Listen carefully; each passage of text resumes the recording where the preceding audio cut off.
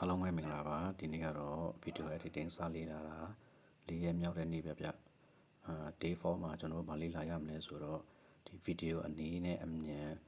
ဘယ်လိုလုပ်ရမလဲဆိုတော့လေ့လာရမှာဗျအားလုံးကကျွန်တော်နဲ့အတူလုပ်ကြည့်ရအောင်ဗျပထမဦးဆုံးသူကဒီ video clip တစ်ခု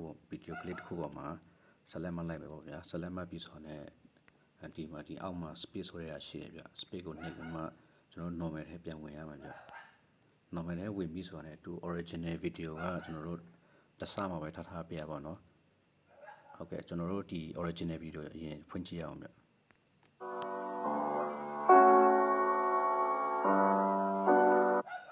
ဒီ original video မှာသူလမ်းလျှောက်တာပုံမှန်ပဲပေါ့နော်ဒါပေမဲ့ကျွန်တော်တို့ကသူvideo ကိုသူလမ်းလျှောက်တာမြန်ခိုင်းစေချင်တယ်ဆိုရင်ကျွန်တော်တို့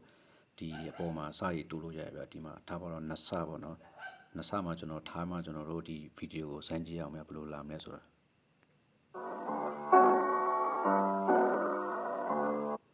ဟုတ်ကဲ့ဗျသူလမ်းလျှောက်တော့လည်းမြန်သွားပါတော့ဒါဗီဒီယိုမြန်ခိုင်းစေချင်ဒီနီလန်းကိုတုံးလို့ရရဗျတကယ်လို့ကျွန်တော်တို့ကသူလမ်းလျှောက်တာမမြန်ခိုင်းစေချင်ဘူးနေခိုင်းစေချင်တယ်ဆိုတော့ကျွန်တော်တို့ပြန်ရှော့ရအောင်ပေါ့နော်0.6 မှာပဲထားမှကျွန်တော်တို့ဖွင့်ကြည့်အောင်ဗျဘယ်လိုလာမလဲဆိုတာ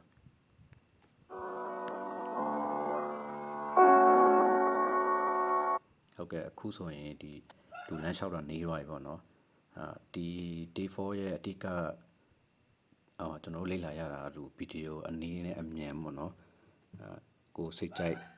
ချိန်လို့ရအောင်လို့ဒီသင်ခန်းစာလေးပေါ့နော်ဟုတ်ကဲ့အားလုံးပဲတကယ်လို့မတီးတာပဲဖြစ်ဖြစ်မေးချင်တာပဲဖြစ်ဖြစ်ကျွန်တော်ကိုထောက်ပြဆရာရှိတာပဲဖြစ်ဖြစ် comment မှာရေးခဲ့လို့ရပါတယ်အားလုံးကိုကျေးဇူးတင်ပါတယ်ခင်ဗျာ